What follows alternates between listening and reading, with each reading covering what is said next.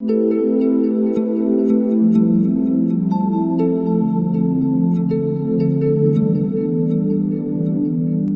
dia, boa tarde, boa noite a quem está ouvindo a gente. A gente está aqui no nosso segundo episódio do podcast do Revelando C. Se você está chegando aqui agora, escutando a gente, eu sugiro aí que escute também o primeiro episódio da gente, que é uma apresentação do projeto, fala um pouco mais de como surgiu a ideia. Mas é isso, meu nome é Guilherme Assunção, sou psicólogo, estou trabalhando nesse projeto já há cerca de 3, 4 anos, junto com outros profissionais. E hoje a gente vem conversar um pouco mais sobre o assunto das pessoas adultas que foram abusadas sexualmente na infância e adolescência, né? Isso, gente. Meu nome é Késia, sou psicóloga, psicoterapeuta, também trabalhando com Revelando C. E estamos aqui neste momento inesperado, né, de quarentena devido à pandemia do Covid-19. Mas para ainda assim estar conversando um pouco com vocês sobre as pessoas adultas abusadas sexualmente na infância e na adolescência, nesse contexto, sim, de Covid-19. Tá sendo interessante, né, Kézia? Tá gravando isso só pra deixar claro que a gente não tá junto. Estamos cada um nas nossas casas e estamos utilizando da ferramenta da internet, né, pra gente estar fazendo essa conversa. Temos nosso querido Marcelo, que está aqui apoiando a gente nessa ação, para a gente não deixar de estar, nessa quarentena, deixar de estar trocando com vocês. A gente iniciou o projeto de estar falando no podcast e a gente não queria deixar essa quarentena tirar a gente desse lugar. Então, mas eu continuo toda quarentena, estou apoiando isolamento, continuo atendendo meus clientes, sou psicoterapeuta também, mas estou atendendo meus clientes só pela psicoterapia online e tal. Então, não está um período tão fácil assim, mas vamos lá, encontrar a cabeça no lugar pra gente tocando as coisas que a gente tem que fazer, apesar de tudo que está acontecendo, né? É verdade, né? Foi necessário se adaptar para esse momento.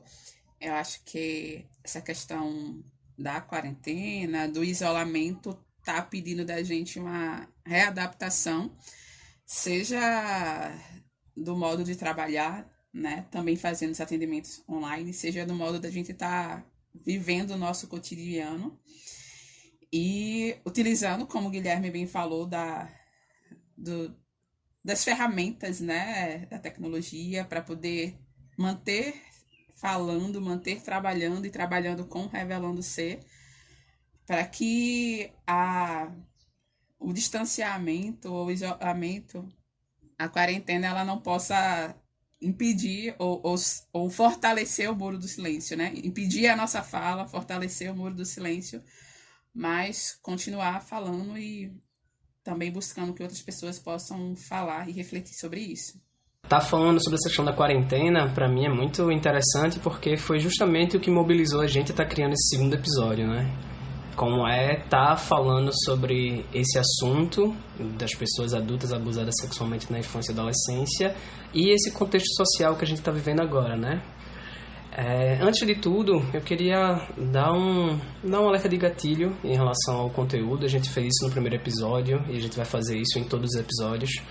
Mas lembrando que o conteúdo que a gente vai falar é um conteúdo que é denso, é um conteúdo que pode mexer em algumas feridas, pode mexer em algumas dores que as pessoas carreguem. Então a gente gosta de sempre sinalizar para as pessoas que procurem escutar esse podcast no momento que você também possa estar se cuidando também, para que você procure ajuda profissional, caso você não se sinta tão bem depois do que você escute e tal.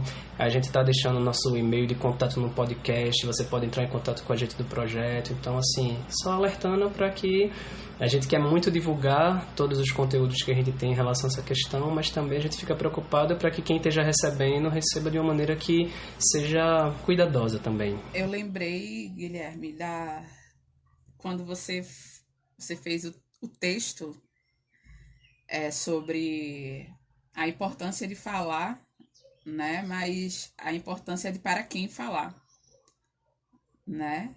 Então, a gente, com o podcast, com as rodas de conversa, com tudo que a gente vem fazendo dentro do Revelando C, a gente repete, né, a importância de romper o muro do silêncio, de falar, de trazer à tona a temática do abuso sexual, mas sempre dentro desse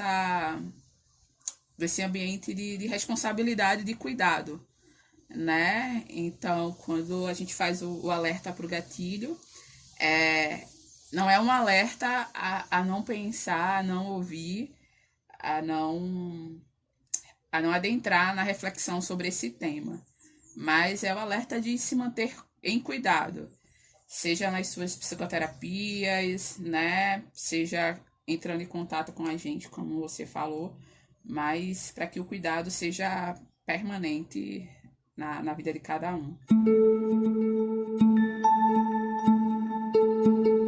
É isso, então, entrando um pouco mais direto no que a gente queria abordar hoje e puxando lá o gancho de que a gente estava falando de como a gente está em quarentena e tal, quando a gente pensou em criar esse segundo episódio, a gente pensou assim, mas falar sobre esse tema dentro desse contexto, se você entra nas redes sociais, se você vai bater papo com as pessoas na internet, você vê que está todo mundo muito... falando muito sobre tudo que está acontecendo no país, no mundo, com as pessoas e o Covid e tudo mais.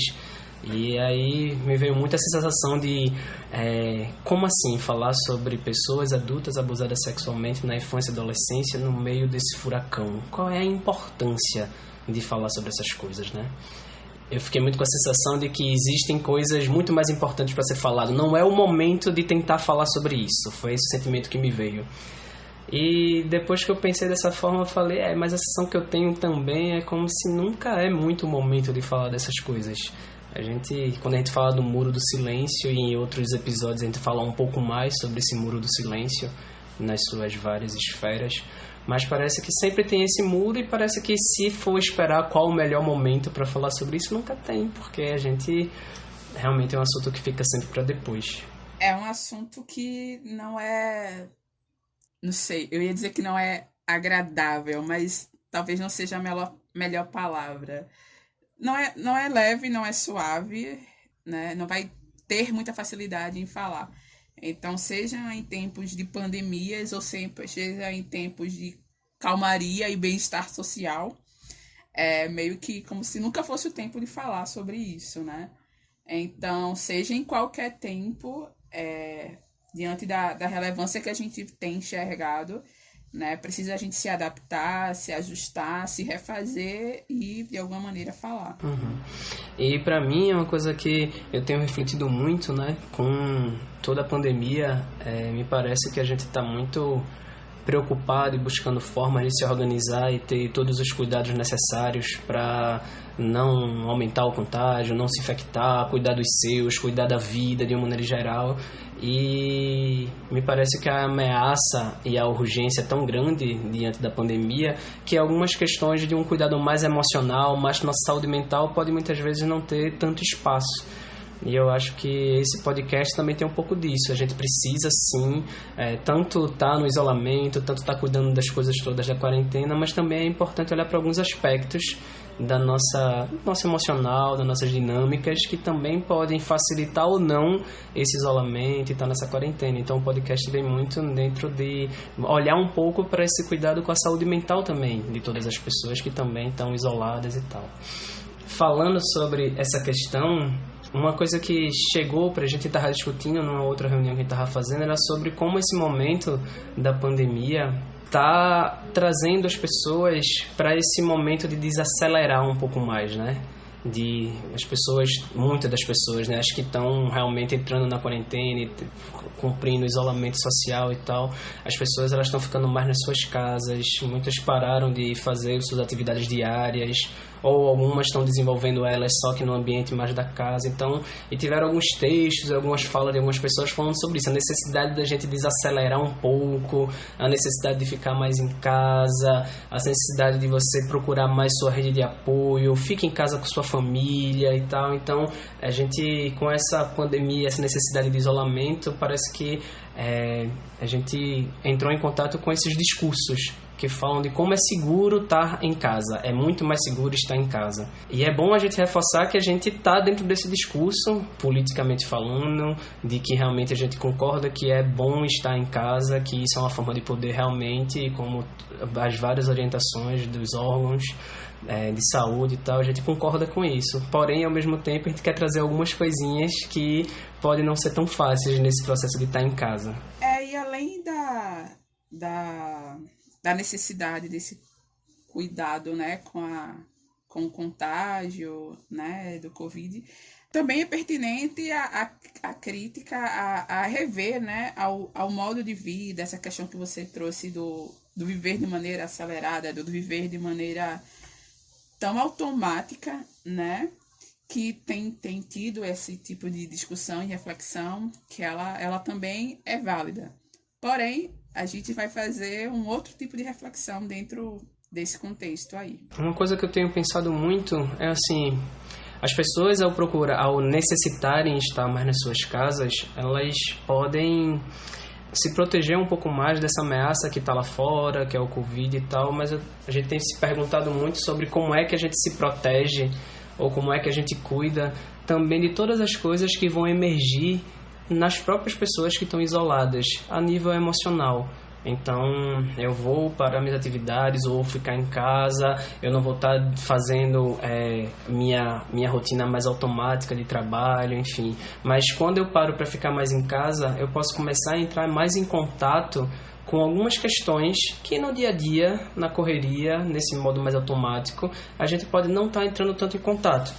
E eu estou um pouco preocupado com essa situação. Continuo atendendo meus clientes e estou percebendo que nos atendimentos que vêm se sucedendo ao longo dessas semanas, como algumas pessoas estão entrando em processos, não somente os processos que estão emergindo com a pandemia, o medo, o estresse, o medo de perder algum familiar, ou as incertezas financeiras em relação ao rumo da economia e tal. Então tem várias coisas que estão sendo evocadas com a própria pandemia, os conteúdos e as demandas, mas eu também estou vendo que alguns clientes, eles estão muito entrando em contato com demandas que já são dele, que eles costumam não pensar, e que o isolamento está trazendo isso de maneira mais forte.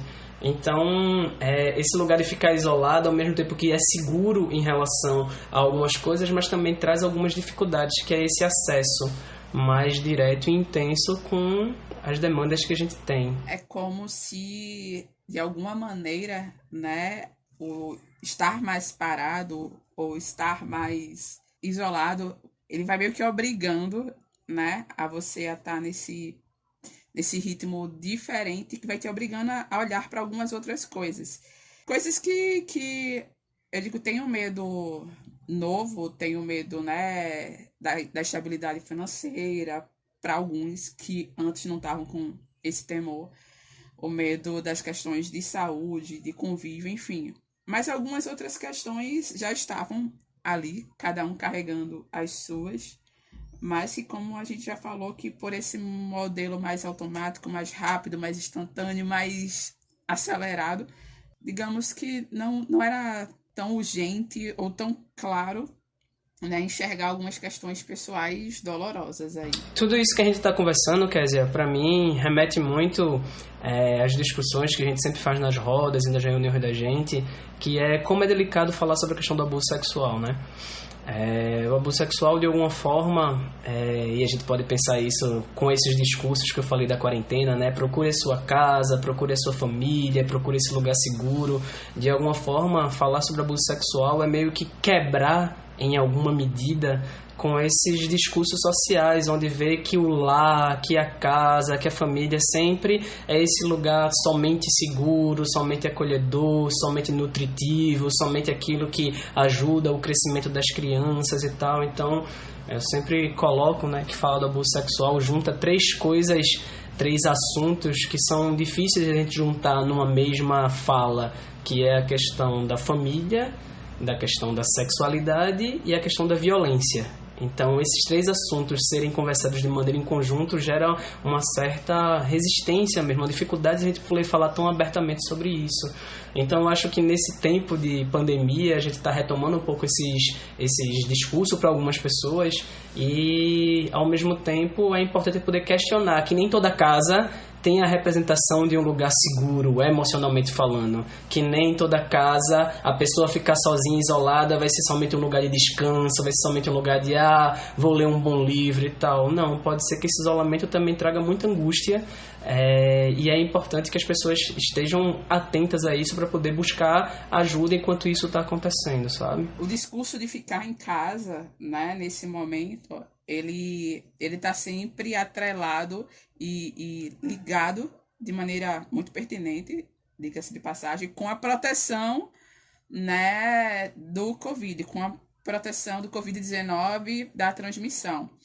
Mas aí é que a gente questiona, né? Mas é protegido de quê?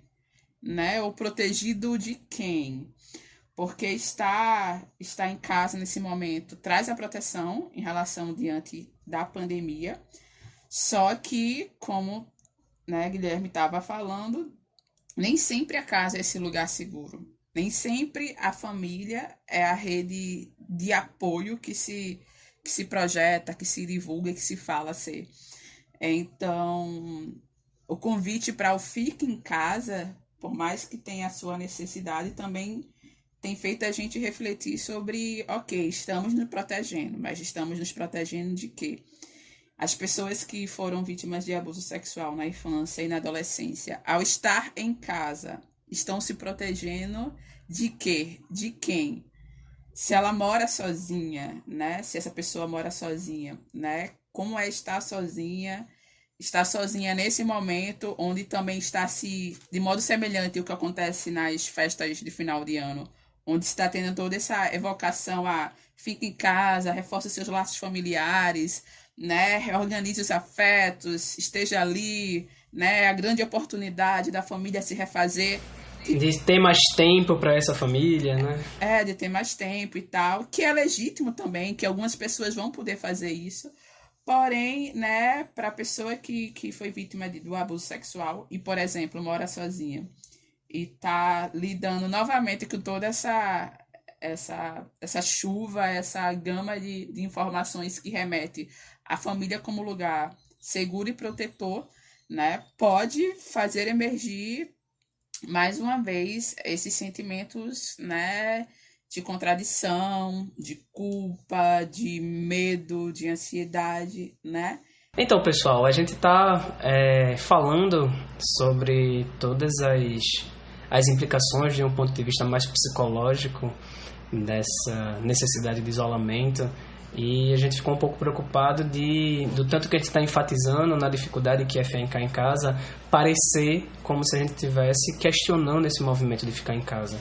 E tal como a gente colocou no começo desse podcast, estamos todos quarentenados, estamos todos nas nossas casas e acreditamos que isso realmente é o que tem que ser feito nesse momento, não somente por uma questão de uma proteção pessoal, mas a gente sabe que uma pessoa que está em casa também está contribuindo nessa questão de não disseminar, não se contagiar e também proteger outras pessoas. Então a gente, em momento nenhum, a gente está tentando questionar esse movimento. A gente sente que realmente é importante que todos façamos isso. Porém, a ideia do podcast é que a gente possa também estar atento a outras coisas, até para facilitar mais com que a gente continue em quarentena. Porque eu estou percebendo em alguns clientes meus que eles estão ficando tão angustiados com algumas coisas que, se eles não tivessem nesse espaço de psicoterapia falando sobre isso, talvez isso começasse a angustiar tanto que a pessoa teria que encontrar alguma forma de quebrar com essa quarentena, sair um pouco mais ou ficar muito mais angustiado. Então, a ideia do podcast não é vamos agora sair da casa, mas é muito mais um lugar de vamos se cuidar nisso que está sendo necessário. Só para deixar bem claro que a ideia da gente não é questionar isso. Todos estamos quarentenados. E aí, a Kézia estava falando também, eu e ela, a gente está falando sobre... a gente está falando mais ou menos de dois tipos de situações, né? Uma pessoa que mora sozinha e que ela, ao estar isolada, ela vai estar entrando em contato com questões mais densas da própria vida dela. E a gente também está falando um pouco dessa pessoa que talvez more com uma família, ou que até more sozinha, mas que nesse momento de quarentena resolveu procurar um pouco mais a rede de apoio, se juntar para se proteger, para estar mais seguro, para poder ajudar na questão das finanças, de organização, de sair para comprar coisa e tal. Então muita gente se juntou também para facilitar isso. E nesse segundo caso, eu sinto como algumas pessoas que foram abusadas sexualmente na infância e adolescência por alguém da família, muitas vezes essas pessoas podem passar por momentos muito difíceis, por essa necessidade de ter que conviver com um abusador que esteja na casa, algum tio, algum pai. A gente tá falando aqui, né, do abusador, né? E eu e Kézia, a gente tava conversando sobre isso, né? Como é quase que uma maneira mais natural de falar, quando se fala do abuso sexual, sempre falar de um abusador, no sentido de colocar no masculino, né? A gente não fala muito de um abusador ou abusadora. E a gente já tem toda uma reflexão acerca disso, os próprios clientes que chegam, em toda a literatura que a gente aborda, a gente vê que o lugar de autor de um abuso sexual não se restringe ao sexo masculino e tal. As mulheres também são autoras. Só que a gente se percebe que quando a gente vai falando normalmente, sem uma atenção maior, é muito comum a gente colocar nesse lugar o abusador, o tio, o pai, o avô e tal, mas é muito importante a gente entender, é importante que vocês que escutem a gente, talvez vocês leiam quando a gente estiver, escutem quando a gente está falando no masculino, que isso também inclui outras coisas, outras pessoas e outros atores nessa questão do abuso sexual. Então, oi, Kézia. Não, é que eu acabei lembrando que do mesmo jeito, né, de modo semelhante, acontece quando a gente pensa nas pessoas que são vítimas de abuso, né, como quando a gente pensa que apenas mulheres são vítimas de abuso sexual. A estatística ainda mostra, né, que o maior percentual é de mulheres, mas que também, né, os meninos, os homens podem ser vítimas de abuso sexual. Então, tanto na dimensão na questão de quem sofre o abuso ou de quem pratica o abuso, né, homens e mulheres estão ou podem estar neste lugar. Nessa situação onde uma pessoa adulta que foi abusada na infância e adolescência, ela precisa voltar e estar convivendo um pouco mais com esses familiares, essa situação pode ser muito angustiante. E eu tenho observado em algumas pessoas que eu já atendi uma situação bem difícil, porque tem vezes que a família em si não soube do abuso que aconteceu entre, sei lá, um tio e a criança, ou um pai, ou uma tia, ou uma irmã e tal. Muitas vezes a família não sabe. E aquela pessoa que sofreu o abuso, ela ainda se sente muito isolada, porque ela carrega um segredo que ela nunca pôde partilhar com ninguém e tal, mas as pessoas não sabem disso.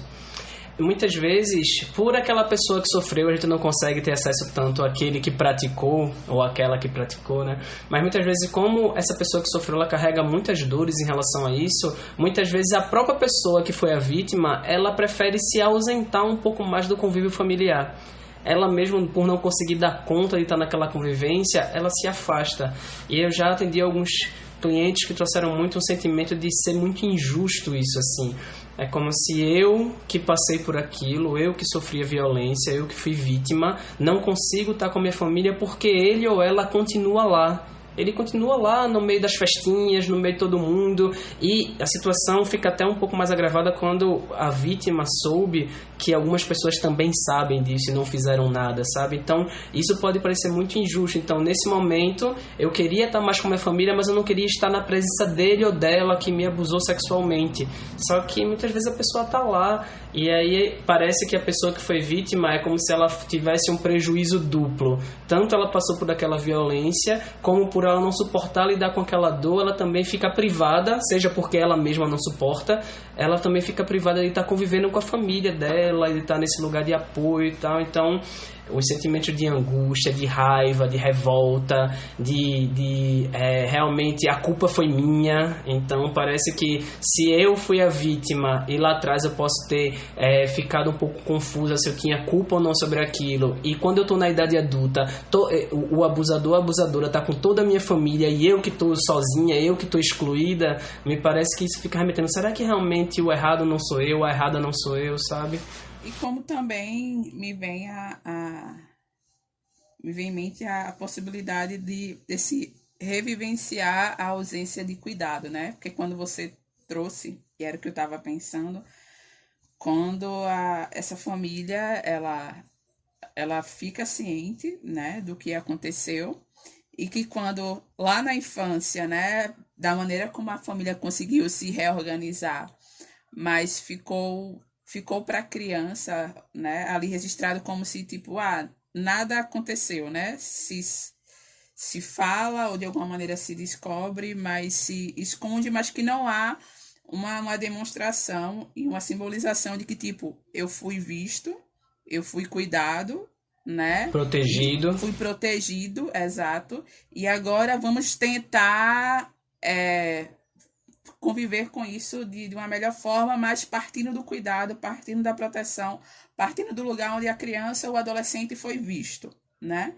E como às vezes voltar para esse contexto familiar, esse âmbito familiar, com essa sensação de tipo, todo mundo faz de conta de que nada aconteceu, como pode também vir novamente isso, né? Mais uma vez, se faz de conta que nada aconteceu, se faz de conta, e aí pode abrir um bocado de coisa, né? Se faz de conta que eu não estou aqui, se faz de conta que eu não fui ferido, se faz de conta que eu não sou importante, se faz de conta, não é um bando de faz de conta, né? Abre um leque para tanta coisa.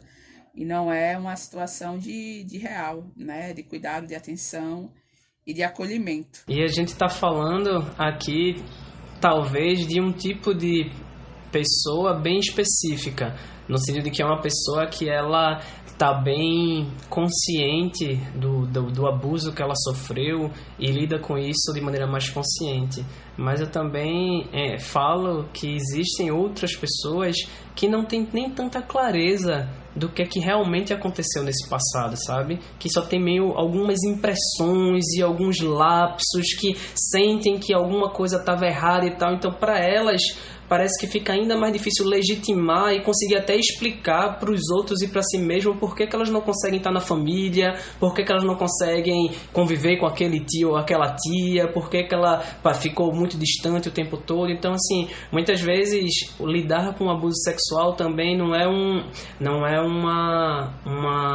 registro e uma experiência tão concreta assim. Muitas vezes fica perdido, fica muito perdida nessa demora, nesse tempo, nesses anos que se passaram, nesses apagões aí, que muitas vezes tem pessoas que nem lembram direito como é que era na infância, porque, enfim, tem esse lapso de memória. Então, a gente tá falando de uma pessoa o que a gente tava falando, essa pessoa, eu sei que eu fui abusada e tenho dificuldade e me sinto mal, mas tem pessoas que não vão nem ter esse nível de clareza do como aquilo impactou elas e que ainda assim vão estar experimentando muito sofrimento em relação a esse convívio familiar, sabe? E quando você chama atenção a essas pessoas diferentes, né?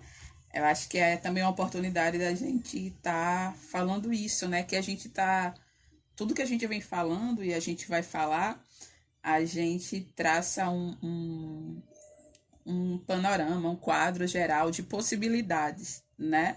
Lembrando que cada um, né, vai vivenciar a experiência de um modo único, né? A partir do que a gente estuda, a partir do que a gente tem visto tanto nos atendimentos como nos estudos, enfim, nos registros, né, acadêmicos, a gente traz essas possibilidades, essas impressões, mas longe de ser algo determinista, de que para quem viveu assim vai ser dessa forma, ou para quem está sozinho necessariamente vai passar por isso, para quem está em família vai necessariamente passar por aquilo.